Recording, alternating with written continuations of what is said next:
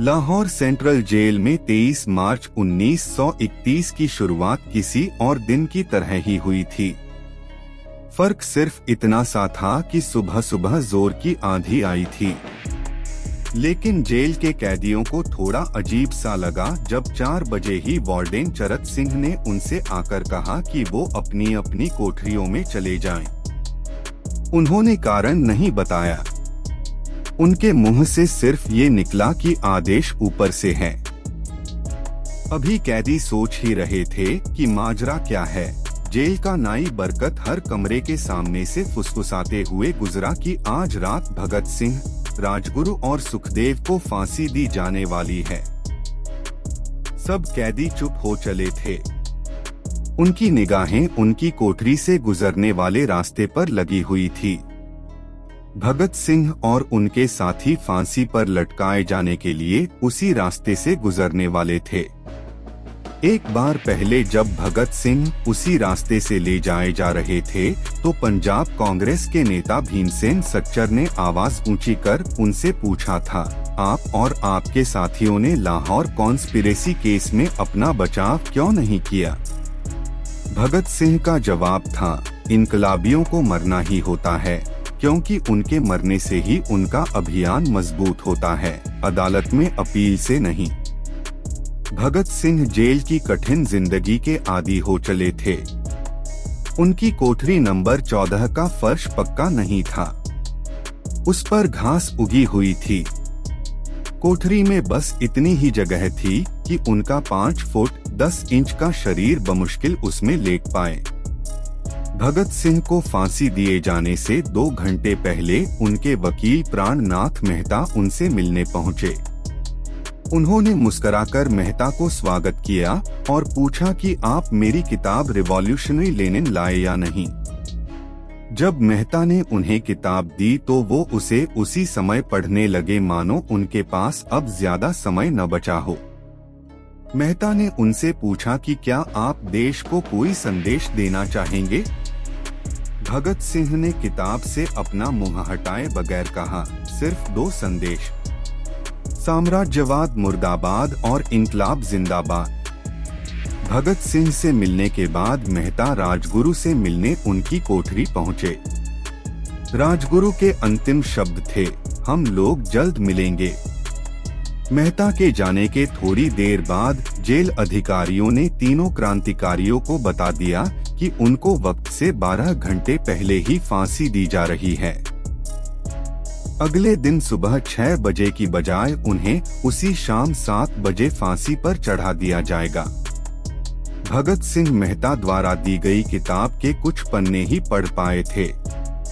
उनके मुंह से निकला, क्या आप मुझे इस किताब का एक अध्याय भी खत्म नहीं करने देंगे? भगत सिंह ने जेल के मुस्लिम सफाई कर्मचारी बेबे से अनुरोध किया था कि वो उनके लिए उनको फांसी दिए जाने से 1 दिन पहले शाम को अपने घर से खाना लाएं। लेकिन बेबे भगत सिंह की ये इच्छा पूरी नहीं कर सके, क्योंकि भगत सिंह को 12 घंटे पहले फांसी देने का फैसला ले लिया गया। थोड़ी देर बाद तीनों क्रांतिकारियों को फांसी की तैयारी के लिए उनकी कोठरियों से बाहर निकाला गया। भगत सिंह, राजगुरु और सुखदेव ने अपने हाथ जोड़े और अपना प्रिय आजादी गीत गाने लगे। कभी वो दिन भी आएगा कि जब आजाद हम होंगे, ये अपनी ही ज़मीं होगी, ये अपना आसमां होगा। फिर इन तीनों का एक एक करके वजन लिया गया। सबके वजन बढ़ गए थे। इन सबसे कहा गया कि अपना आखिरी स्नान करें। फिर उनको काले कपड़े पहनाए गए, लेकिन उनके चेहरे खुले रहने दिए गए। जैसे ही जेल की घड़ी ने 6 बजाया, कैदियों ने दूर से आती कुछ पदचापें सुनी। उनके साथ भारी बूटों के जमीन पर पड़ने की आवाजें भी आ रही थीं।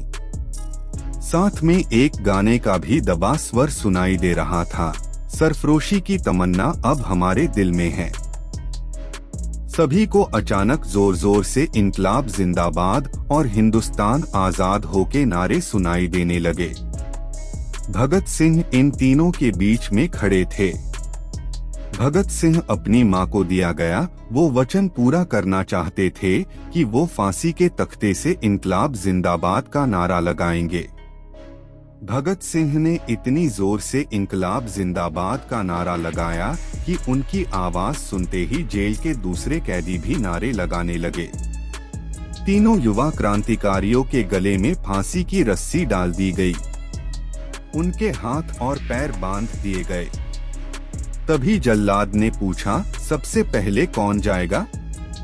सुखदेव ने सबसे पहले फांसी पर लटकने की हामी भरी।